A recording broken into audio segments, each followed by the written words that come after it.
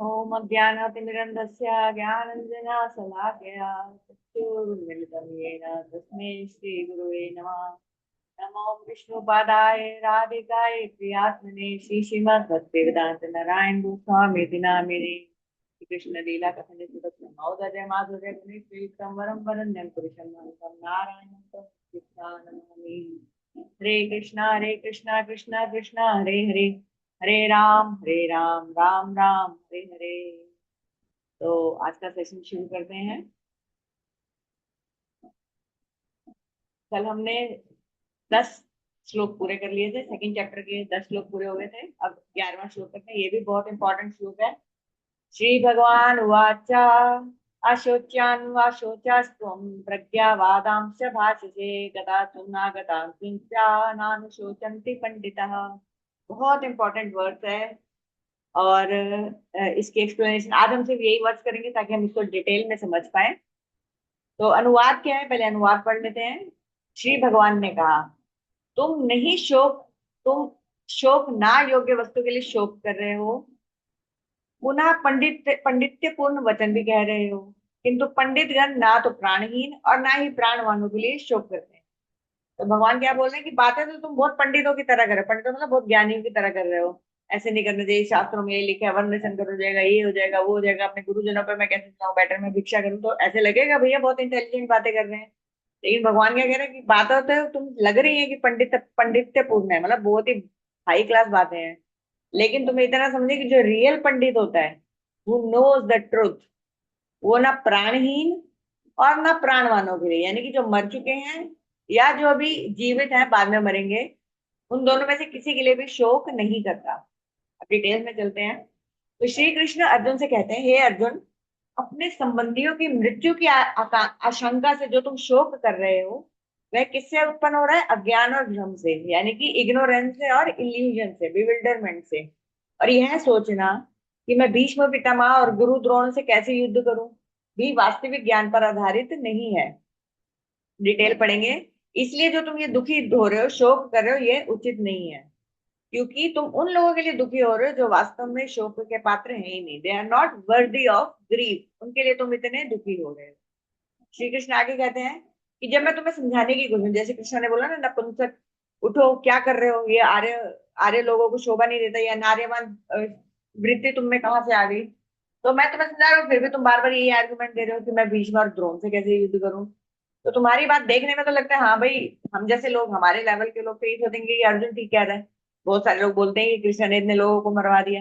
लेकिन हम धीरे धीरे जैसे परतें खुलेंगी ना, तो हमें समझ में आएगा कि वो मरे नहीं, तरे थे। एनीवे, तो तुम्हारी बात देखने में बहुत इंटेलिजेंट लगती है, लेकिन वास्तव में वे सच्चे ज्ञान पर आधारित नहीं है। That's not the real knowledge. यदि तुम्हारे पास वास्तविक प्रज्ञा, प्रज्ञा मतलब नॉलेज, ज्ञान होती, तो हम इस प्रकार शोक नहीं करते। तो सच्चे ज्ञानी क्या होते हैं? गता सुन, श्लोक में क्या वर्ड आया है? गता सुन, आगता सुनश्चा नानु शोचिंत पंडिता।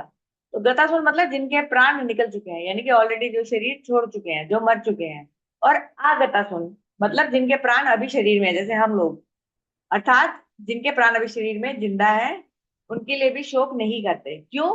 क्योंकि वो जानते हैं कि जो स्थूल शरीर है, स्थूल शरीर मतलब जो हमें अपनी आंखों से हमें दिख रहा है, हमें अपनी माँ दिख रही है, हमें पिता दिख रहे हैं, हमें शीशे में अपना शरीर दिख रहा है, तो जानते हैं कि ये जो स्थूल शरीर है, अभी हम स्थूल सूक्ष्म इसके बारे में भी बात करेंगे, ये एक दिन नष्ट हो जाएगा, सूनर और लेटर। मरना ही है, शरीर को तो मरना ही पड़ेगा। लेकिन शरीर तो मरेगा, लेकिन जो उसके अंदर रह रहा है, जिसकी वजह से शरीर जिंदा है, वो आत्मा जो है वो नित्य है और अविनाशी है। वो हमेशा से थी और हमेशा रहेगी, और कभी भी उसको डिस्ट्रॉय नहीं किया जा सकता। तो बोल रहे जब तक जीव मुक्ति की अवस्था मतलब जब अभी हम लोग कर्मों की साइकिल में बार बार जन्म, बार बार मरण, 84 लाख योनियों में घूम रहे हैं। मैंने आपको लास्ट टाइम एक बार पहले भी बोला था, फिर बोलती हूँ, आप चाहे यूट्यूब पे सर्च करिएगा, राहुल बिकम धनराज बिकम्स राहुल। ये बहुत सारे मीडिया चैनल ने कवर किए थे। अब वो 15-16 साल का लड़का है जिसको पुराने जन्म में वो धनराज था और उसकी मृत्यु हुई थी, मतलब उसको उसका दोस्त ट्रैक्टर में दोनों बैठे, उसने धक्का देकर उसको मार दिया था। तो वो बता 12 साल को भूत बन के रहा, और फिर उसके बाद चिड़िया का जन्म हुआ, उसका स्पैरो का। फिर उसके बाद अब वो राहुल बन के पैदा हुआ है, अपने जो ओरिजिनल गांव था धनराज, जब वो था उससे 5-10 किलोमीटर की दूरी पे वो फिर दोबारा पैदा हुआ। तो वही बोले कि जीव अभी क्यों क्यों उसको बार बार जन्म मरण लेना पड़ रहा है, क्योंकि मुक्ति नहीं हुई। तो मुक्ति हो जाती तो ना उसको प्रेत बनना पड़ता, ना उसको वापस राहुल बन के आना पड़ता, सीधा वो भगवान के धाम में एक एटर्नल बॉडी मिल जाती, सच्चिदानंद बॉडी, जिसमें हम भगवान के साथ डिपेंडिंग ऑन, हम भगवान के साथ क्या संबंध चाहते हैं वैसे संबंध में फिर हम उनके साथ हमेशा रहते। तो जब तक जीव मुक्ति की अवस्था को प्राप्त नहीं करता तब तक उसका सूक्ष्म शरीर भी नष्ट नहीं, स्थूल तो नष्ट हो जाए, स्थूल मतलब ग्रॉस बॉडी जो हम देख रहे हैं, और सूक्ष्म होती है सटल बॉडी जो नष्ट नहीं होती। इसलिए सच्चे ज्ञानी, हम सूक्ष्म और स्थूल शरीर की पूरी डिटेल अभी आगे जानेंगे, इसलिए सच्चे ज्ञानी और तत्वदर्शी पुरुष ऐसे व्यक्तियों के सूक्ष्म शरीर के लिए भी शोक नहीं करते।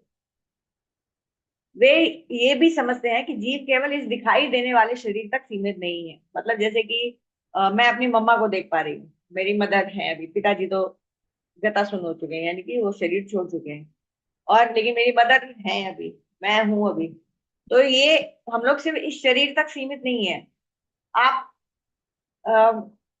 मैं आपको बाद में डिटेल समझाती हूँ। जैसे मैं पीएलआर थेरेपिस्ट हूँ, पास्ट लाइफ रिग्रेशन थेरेपिस्ट हूँ, तो इस शरीर में होते हुए भी मैं पुराने जन्मों में ले जाती हूँ। क्यों आत्मा वहां भी पहुंच पाती है? क्योंकि हम लोग सिर्फ इस शरीर में ही हमारी प्रेजेंस ऐसा नहीं है। इसलिए शरीर के नाश या परिवर्तन को देखकर वो शोक नहीं करते। शरीर में ही सीमित है, शरीर मरने पर हम भी मर जाएंगे, ये कभी नहीं होगा। इसके विपरीत अज्ञानी लोग, जैसे हम में से ज्यादातर इंक्लूडिंग मी, मेरे पिताजी जब गए थे 2016 में, मैं ऑलरेडी स्पिरिचुअलिटी में थी, लेकिन इनिशियली एक महीना तो मेरे लिए हैंडल करना बहुत मुश्किल था वो ग्रीफ, इवन दो मैं ये सब जानती हूँ। अब थोड़ा सा बेटर हुआ है, लेकिन फिर भी मुझे नहीं लगता कि अ, अभी मैं उस लेवल पे हूँ। तो मैं भी अभी अज्ञानी के लेवल में हूँ। वो शरीर को ही सब कुछ मान लेते हैं, और जब किसी के प्राण निकल जाते हैं तो उसके शरीर के लिए शोक करते हैं, जैसे मैं अपने पिताजी के शरीर के लिए शोक कर रही थी। क्यों? क्योंकि वे आत्मा के वास्तविक स्वरूप से परिचित नहीं होते। तो मुझे मालूम है कि हम आत्मा है, मुझे मालूम है कि, लेकिन ये ज्ञान है और मुझे इस पे फेथ भी है, लेकिन मेरी अभी एक्सपीरियंस में नहीं आया, तो इसीलिए मैं अज्ञानी के लेवल पे ही आऊंगी। तो भगवान आगे अर्जुन को समझा रहे हैं, भीष्म द्रोण आदि भी नित्य आत्माएं हैं, अतः उनके लिए शोक करना उचित नहीं है। तो वो बोल रहे हैं कि जिनके लिए तुम शोक करो, भीष्म पिता मर जाएंगे, द्रोणाचार्य मर जाएंगे, ये भी तो आत्माएं हैं। अगर तुम नहीं मारोगे तो क्या नहीं मरेंगे? फिर भी मर जाएंगे। इस प्रकार श्री कृष्ण अर्जुन, इसका मतलब ये नहीं कि हम सबको मारे, धर्म धर्म की बात है ये। इसलिए इस प्रकार श्री कृष्ण अर्जुन को समझाते हैं कि वास्तविक ज्ञान आत्मा की नियत नित्यता, यानी कि आत्मा कभी नहीं मरती, को समझने में, और इसी ज्ञान का आधार पर शोक का त्याग कर देना चाहिए। अब थोड़े डिटेल में जाते हैं कि किस तरह से हमारा हम बने हुए हैं। अब जो हमारा रियल स्वरूप है जो कि है आत्मा, तो इसको जब वो संसार में आ जाता है तो उस आत्मा को जीवात्मा कहा जाता है।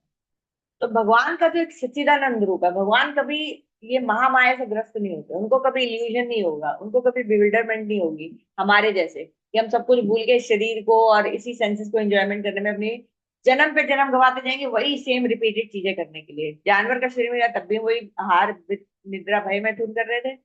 मनुष्य का शरीर करोड़ों बार मिल चुका है तो भी इन्हीं चारों में बिता दिया, फिर मनुष्य का शरीर मिला हुआ है और फिर वही कर रहे हैं। हमारी बेवकूफी देखिए, वही चीजों में लगे हुए हैं, वही चीज, बस इस इन सेंसेस को मैं खुश कर लूं, मेरे मन ये मांग रहा है, मेरा रूप, मेरा शरीर ये मांग रहा है, मेरा हाथ ये मांग रहा है। इसी चक्कर में हम लोग फिर अगला जन्म लेंगे, फिर यही काम करना शुरू कर देंगे, अगर अकल नहीं है तो बोले जो भगवान का सच्चिदानंद रूप है ना, उसकी तटस्थता शक्ति है। एक उनकी इंटरनल पोटेंसी होती है, एक एक्सटर्नल पोटेंसी होती है, और एक बीच की पोटेंसी होती है। इंटरनल पोटेंसी होती है जो उनके जो विराट रिवर के उधर स्पिरिचुअल वर्ल्ड में होती है।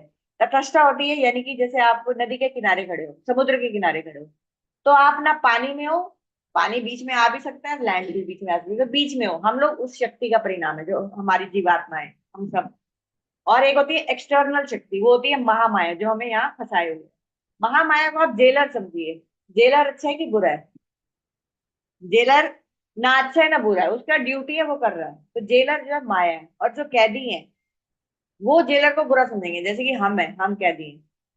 तो जेलर अपनी ड्यूटी करे, जेलर महामाया है। हम लोगों ने इच्छा की हम भगवान से दूर होकर यहाँ हम खुद एंजॉय करेंगे, भगवान को, भगवान की सेवा नहीं करेंगे, फंस गए।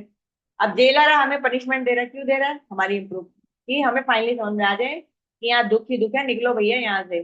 कोई दुख नहीं होगा, चलो आप कभी बीमार नहीं हुए, आप आपके माँ, आपके बच्चे भी बड़े थे, आपके पास पैसा भी अच्छा था, तो क्या बुढ़ापा नहीं आएगा? एक आपको बड़ी इंटरेस्टिंग स्टोरी सुनाती हूँ। एक बार एक प्रभु जी कथा कर रहे थे, बोल रहे थे कि इतना दुखमय जीवन है, हाँ, जन्म मृत्यु जरा व्याधि लगी हुई है, ये सब। तो एक आदमी खड़ा हो गया कि बोलता है कि मेरे जीवन में तो कोई दुख नहीं है, 60-65 का होगा, तो मेरे जीवन में तो कोई दुख नहीं है।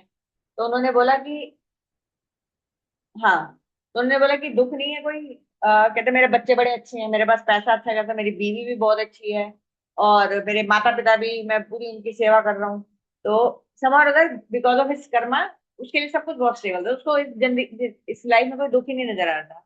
तो उन्होंने बोला कि अच्छा ये बताइए कि आपको कोई दुख नहीं है, तो आपके बाल मुझे सारे काले दिख रहे हैं, अभी तक सफेद नहीं हुए, नेचुरली काले हैं ये? तो बोले कि नहीं, मैंने डाई किया हुआ है। तो बोले ये दुख नहीं है? आपने सफेद बालों को छुपाने की कोशिश की है, क्यों छुपाने की कोशिश की है? ये भी एक दुख का साइन है, और इसके बाद मरना पड़ेगा, वो महा महा महा दुख होगा। या फिर अपने माँ बाप को अपने सामने मरते हुए देखना पड़ेगा, अपने रिश्तेदारों को अपने सामने, और एक दिन खुद मरना पड़ेगा। तो इसीलिए ये इल्यूजन में मत रहो कि ये दुख ही नहीं है, बट ठीक है, फिर प्रारब्ध के कारण तुम्हारा लाइफ स्मूथली निकल सकती है। तो हम लोगों का जो स्वभाव है ना, वो सूक्ष्म है, एकदम सूक्ष्म है, आत्मा का, जीवात्मा का।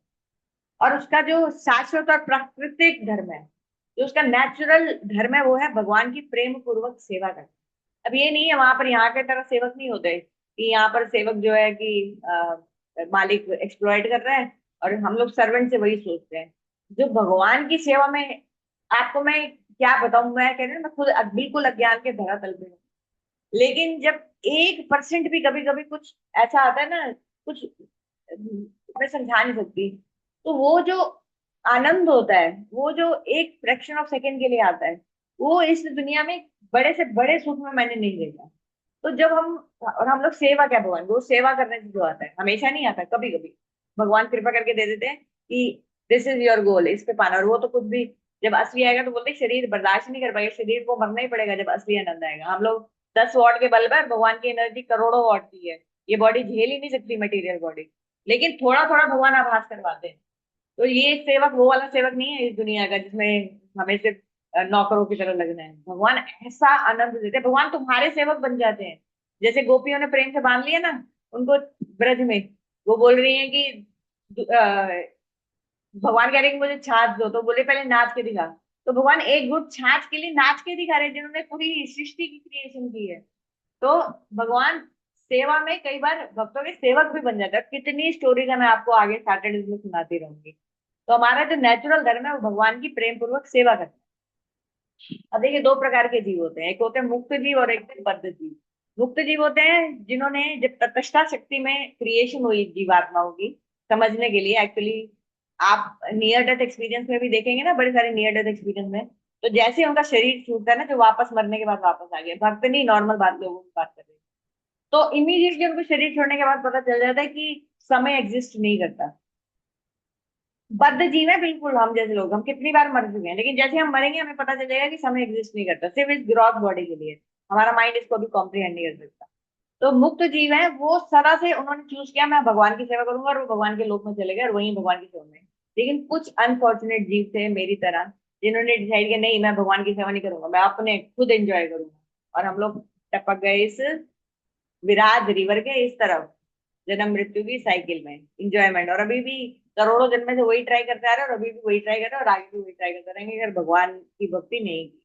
तो जो बद्ध जीव होते हैं, अनादि काल से भगवान की सेवा को भूलकर स्थूल और सूक्ष्म, इन दो शरीरों से ढके हुए इस माइक संसार में रह रहे हैं, और अपने कर्मों के परिणाम स्वरूप 3 प्रकार के दुख पा रहे हैं। मैं बताया था ना, आध्यात्मिक, आदि दैविक, आदि भौतिक। जो दुख हमारी बॉडी हमें देती है, जो दुख हमें कोई दूसरा जीव देता है, और जो दुख हमें प्रकृति से मिलता है, जैसे कि अर्थक्वेक वगैरह, ये बताया। आदि शरीर और मन से उत्पन्न दुख, जैसे रोग, शोक, चिंता, भय आदि। आदि भौतिक, जीव या मनुष्य के द्वारा उत्पन्न दुख, जैसे शत्रुता, हिंसा, अपमान, चोरी, दूसरे आके आपको मार रहे हैं, बेइज्जती कर रहे हैं। और आदि देवी, प्रकृति या देव शक्ति से उत्पन्न दुख, जैसे बाढ़, सूखा। तो इस तरह के 3 तापों से हम झुलस रहे हैं।